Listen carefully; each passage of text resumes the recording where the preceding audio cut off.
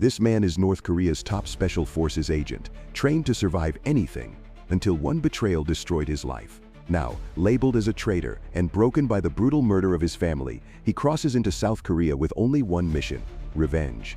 But in a land where every hand could be against him, can he outrun the hunters, find the killers responsible for this family death, and strike back before it's too late?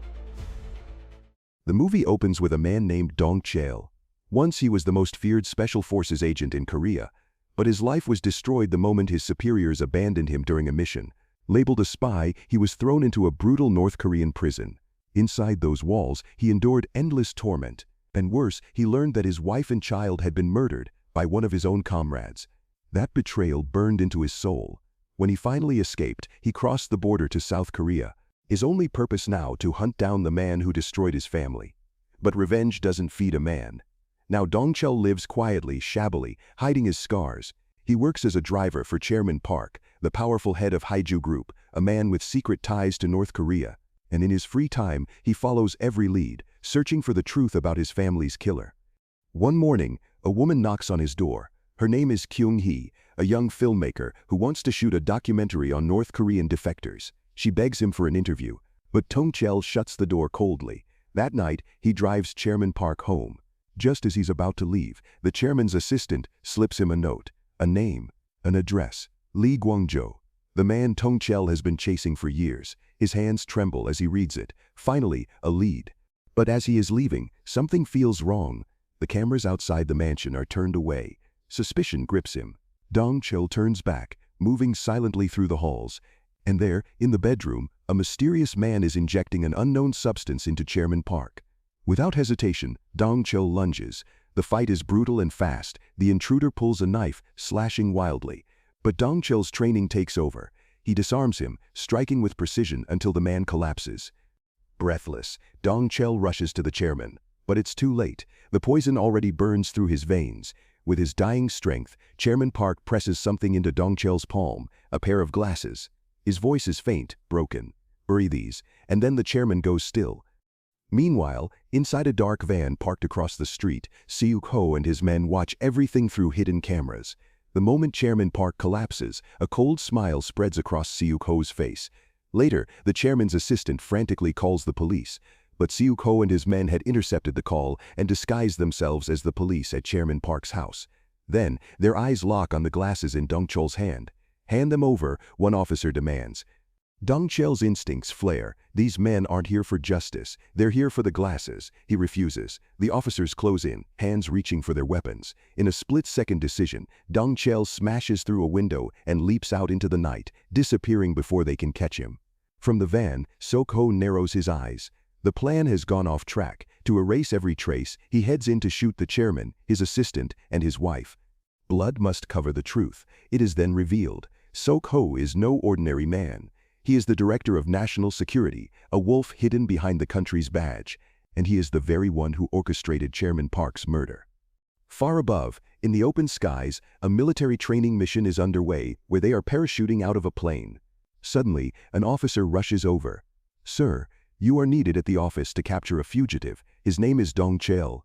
The colonel's face hardens. The name hits him like a blade. Years ago, Colonel Min had led a mission to arrest North Korea for an illegal arms trade. But instead, his entire unit was wiped out by Dong Cheol. Only he survived. And even then, only because Dong Cheol let him live. Now, the shame and hatred he buried for years rise again. Soon after, the National Security Act team heads to Chairman Park's home to investigate on his mysterious death. Dong Cheol's phone buzzes, an official voice demands his location. But when he listens carefully, he hears noises in the background and immediately hangs up. From the corner of his eye, he sees them. Shadowy men looking for him, intending to plant the murder weapon in his house, to brand him as Chairman's Park killer. Without hesitation, he slips through the back alley and heads into a car parked on the streets. Inside the car is Kyung-hee, the filmmaker, with her partner. At the National Security Headquarters, Seok-ho gathers the top brass. His face is calm, but his words are deadly. "Dong Cheol assassinated Chairman Park," he declares.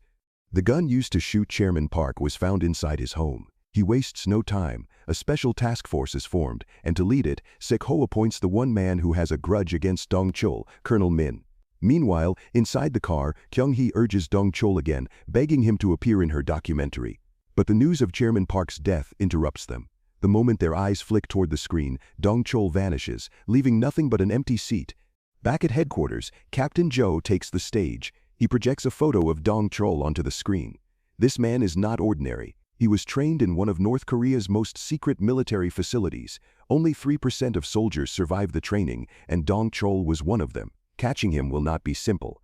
Colonel Min listens quietly, his jaw tightening. Then he issues his first order. Bring in anyone who has had contact with him. Agents raid Dong-chol's shabby home.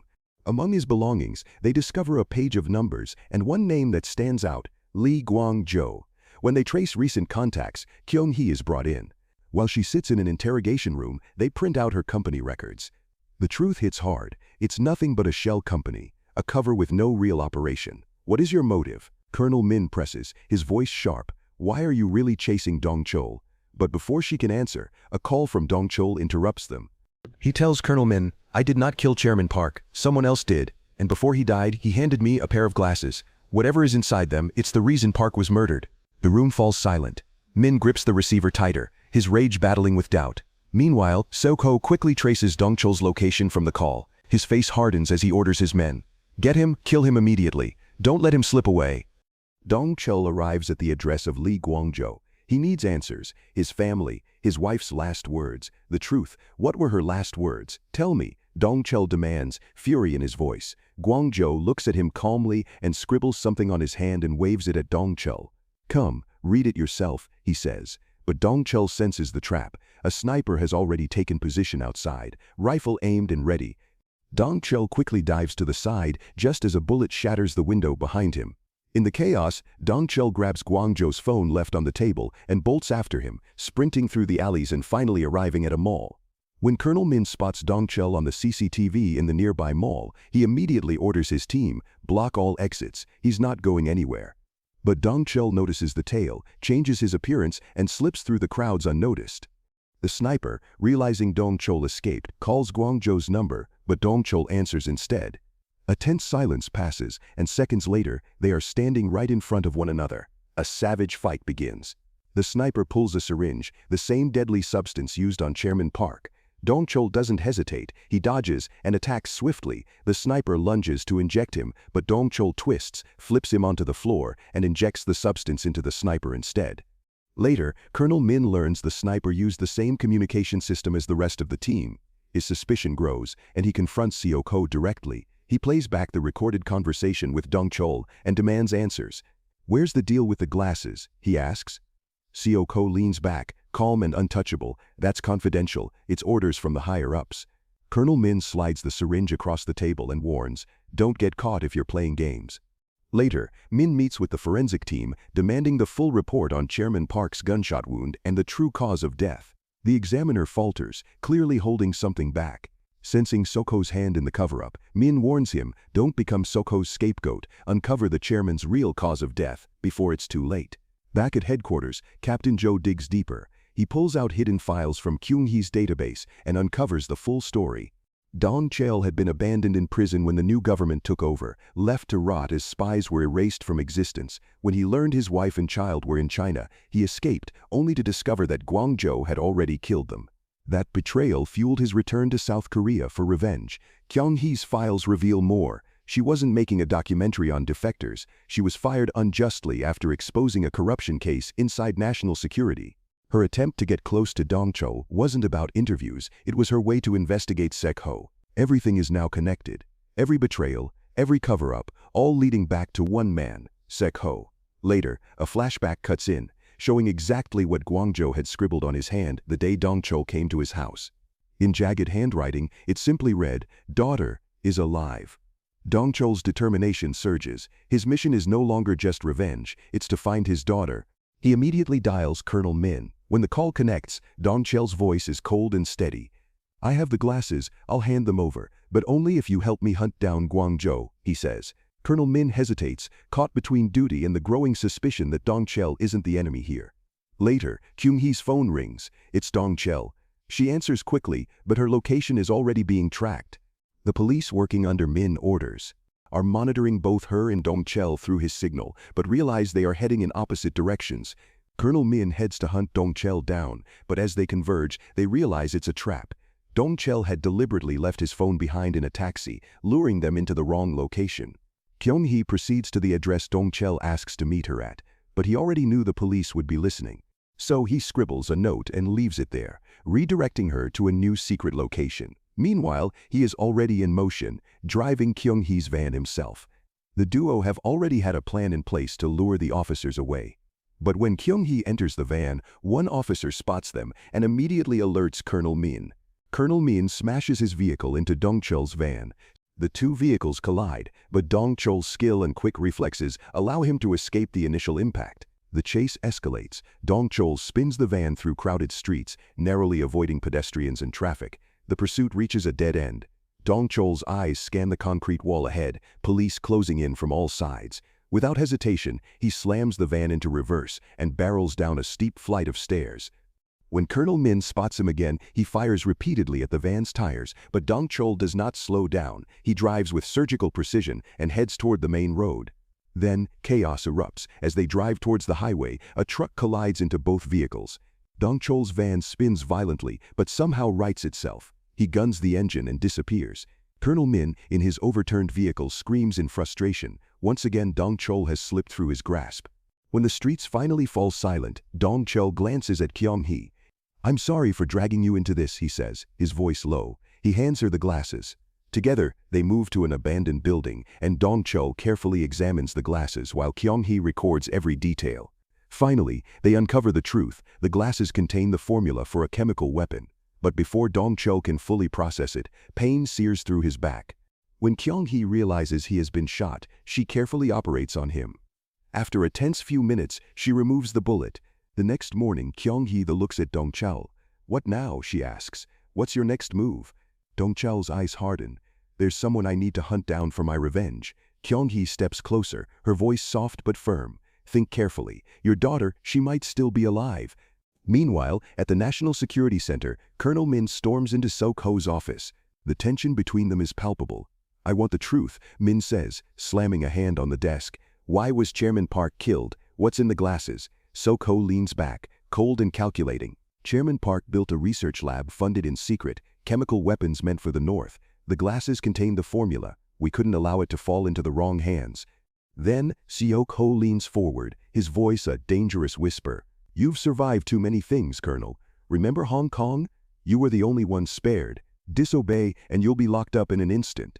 Colonel Min swallows hard, realizing how deep the corruption goes, how every move he makes is watched. Later, Sok-ho meets with Gwangjo and another defector. "The glasses," Sok-ho says, his tone icy, "bring me the formula and eliminate the threats. Kyung-hee, Dongchul, and Colonel Min. Do it, and your families will remain safe." The defectors nod, understanding the stakes. Meanwhile, Colonel Min meets with the forensic officer. The officer hands him the report. "Colonel, the real cause of Chairman Park's death, it wasn't the gunshot," he says slowly. "The poison ruptured his arteries. That's what killed him. And the fingerprints on the gun belongs to Dongchul, but the fingerprints on the bullet itself is not his. Someone else fired, someone who set him up." Min's mind races. Dongchul wasn't the killer. Everything points to a deeper conspiracy.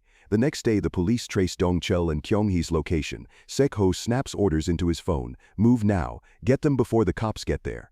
Dongchul, unaware of how quickly Sok-ho's men are closing in, dials the station, desperate for any intel.